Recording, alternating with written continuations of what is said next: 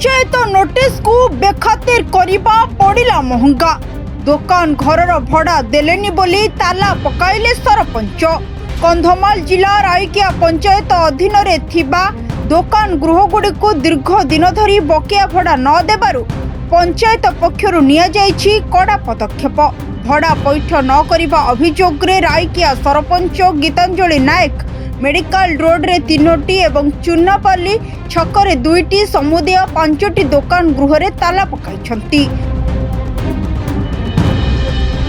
पंचायत मिलिथिबा सूचना अनुसार संपृक्त दुकानी माननकु पंचायत पक्षरु बारंबार नोटिस जारी करा जायतिला, तथापि बकेया भड़ा न देबारु अवहेला करिथिबारु शेषरे एही कार्यानुष्ठान निया जायछि। सरपंच कहिछंती पंचायत आय उपरे निर्भर करी स्थानीय उन्नयन कार्य होइथाय। भड़ा बकेया रहिले पंचायत कार्यकलाप प्रभावित हुए, तेणु पंचायत बैठक रे निष्पत्ति अनुसार एही पदक्षेप ग्रहण करा जायछि।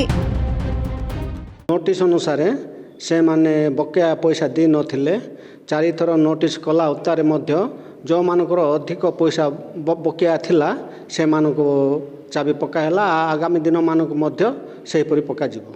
जदियो से माने बकेया पैसा देबे संगे संगे ताला खोला जिवो। पंचायत तरफ आमर समस्त को नोटिस करा जाइतिला। बारंबार आमर जो माने आमर पंचायत तरफ नहीं व्यवसाय करने गृह से बारंबार नोटिस करागला।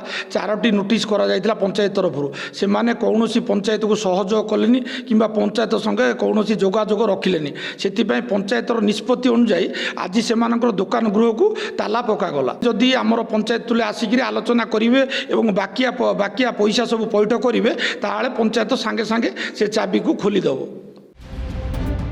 कंधमालू द्युति कृष्ण पंडा रिपोर्ट, सरकार न्यूज।